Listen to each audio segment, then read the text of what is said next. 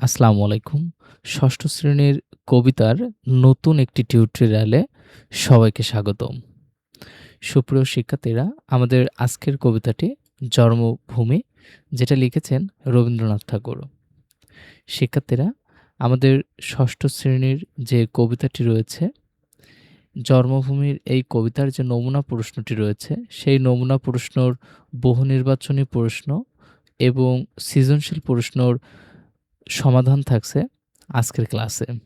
শিক্ষার্থীরা, আমাদের প্রথম যে প্রশ্নটি দেওয়া হয়েছে, জন্মভূমি কবিতা অনুযায়ী কবির মন আকুল হয় কিসে? এটার সঠিক অ্যান্সার হবে ফুলের গন্ধে। আমাদের এখানে একটা উদ্দীপক দেওয়া হয়েছে। এই উদ্দীপকটি পড়ে আমাদের ২ ও ৩ নম্বর প্রশ্নর অ্যান্সার লিখতে হবে। বনের পর বন চলেছে, বনের নাহি শেষ, ফুলের ফলে সুবাস ভরা, এ কোন পরীর দেশ? নিবিড় ছায়ায় আঁধার করা, পাতার পারাবার, রবির আলো খণ্ড হয়ে নাচছে পায়ে তার। এখানে আমাদের ২ নম্বর যে প্রশ্নটি রয়েছে, চরণ দুটির সঙ্গে জন্মভূমি কবিতার মিল রয়েছে। কিসের মিল রয়েছে? দেখে নাও, বাংলাদেশের প্রকৃতির চিরায়ত সৌন্দর্যের এবং প্রাকৃতিক ঐশ্বর্যের। অর্থাৎ এটা সঠিক অ্যান্সার হবে ১, ২ ও ৩। আমাদের ৩ নম্বর যে প্রশ্নটি রয়েছে, জন্মভূমি কবিতার আলোকে উদ্দীপকের চরণ দুটিতে কবি মনে কোন দিকটি বিশেষভাবে প্রকাশিত হয়েছে?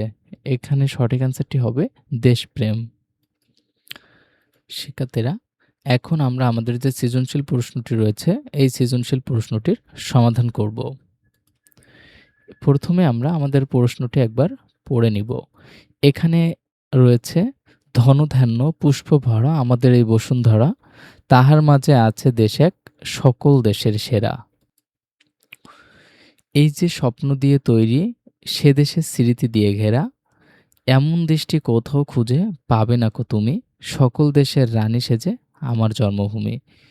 এখানে আমাদের যে ক নম্বর প্রশ্নটি রয়েছে, কোন কাব্যগ্রন্থের জন্য রবীন্দ্রনাথ ঠাকুর নোবেল পুরস্কার লাভ করেন? এটার অ্যান্সার হবে গীতাঞ্জলি কাব্যগ্রন্থের জন্য রবীন্দ্রনাথ ঠাকুর নোবেল পুরস্কার লাভ করেন। আমাদের খ নম্বর যে প্রশ্নটি রয়েছে, সার্থক জনম আমার, কবির এই উক্তিটির কারণ বুঝে লেখো। অপরূপ প্রাকৃতিক সৌন্দর্য ও ঐশ্বর্যে ঘেরা এদেশের জন্মভূমি করতে পেরে কবি নিজেকে আহ, ধন্য মনে করেছেন। বিশ্বের মধ্যে অন্যতম শ্রেষ্ঠ প্রাকৃতিক সৌন্দর্যের দেশ বাংলাদেশ। এদেশে ঋতুবৈচিত্র্য, পাহাড়, সমুদ্র, নদীসহ সব প্রাকৃতিক উপকরণই কবির মনকে আনন্দ দেয়। এদেশের আলো বাতাসে তিনি বেড়ে উঠেছেন, তাই এদেশে জন্মগ্রহণ তার জীবনে সার্থক হয়েছে। এখানে আমাদের গ নম্বর যে প্রশ্নটি রয়েছে, উদ্দীপকের জন্মভূমি কবিতার সাদৃশ্যপূর্ণ দিকটি ব্যাখ্যা করো। দেখে নাও, জন্মভূমিকে সবচেয়ে শ্রেষ্ঠ মনে করার দিক থেকে উদ্দীপকের সঙ্গে জন্মভূমি কবিতার মিল পাওয়া যায়। স্বাভাবিকভাবে মানুষের মনে জন্মভূমির প্রতি গভীর টান তৈরি হয়। জন্মভূমির মাটিতে বড় হওয়ার কারণে দেশটিতে নিজের খুব কাছের মনে হয় এবং এই ভালোবাসার জন্যই মানুষ তার দেশকে অন্য সব দেশের চেয়ে সেরা মনে করে। জন্মভূমি কবিতায় কবি এই দেশে জন্ম নিতে পেরে নিজের জীবনকে সার্থক মনে করেছেন। জন্মভূমির প্রতিটি বিষয় কবিকে আকর্ষণ করেছেন, তাই তিনি এদেশের মাটিতেই চিরদিনের জন্য শুয়ে থাকতে চান। উদ্দীপকে কবি দেশপ্রেমে উদ্বুদ্ধ হয়ে নিজের দেশকে সব দেশের মধ্যে শ্রেষ্ঠ বলে মনে করেছেন। তার কাছে জন্মভূমি অন্য সব দেশের রানী বলে মনে হয়েছে। এই ভালোবাসার কারণে জন্মভূমি কবিতায় কবি ও উদ্দীপকে কবির মধ্যে মাতৃভূমিকে শ্রেষ্ঠ ভাবার বিষয়ে মিল পাওয়া যায়। আমাদের ঘ নম্বর যে প্রশ্নটি রয়েছে, উদ্দীপকে ও জন্মভূমি কবিতায় জন্মভূমিকে রানী সম্বোধন করার যৌক্তিকতা বিশ্লেষণ করো। উদ্দীপক ও জন্মভূমি কবিতায় জন্মভূমিকে রানী বলা হয়েছে। রানী যেমন সৌন্দর্য ও ধনসম্পদে ভরপুর থাকেন, ঠিক তেমনই আমাদের দেশের শস্য শ্যামল ও প্রাকৃতিক সৌন্দর্যে সমৃদ্ধ। আমাদের এই দেশ নানা প্রাকৃতিক সৌন্দর্য সম্পদে ভরপুর।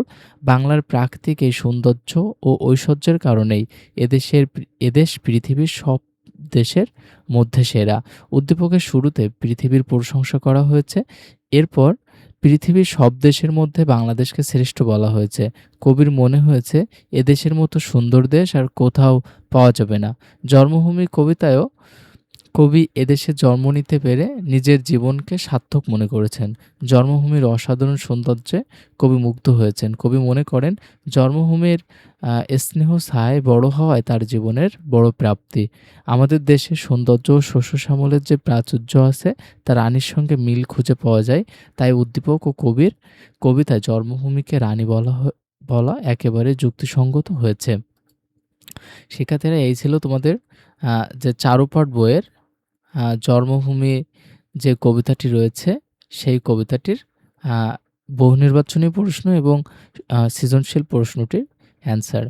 তোমরা অনেকেই জানো আমাদের এডুকেশন কেয়ার ফেসবুক পেজ এবং ইউটিউব চ্যানেলে ধারাবাহিকভাবে আ পে তোমাদের ক্লাস আপলোড হচ্ছে।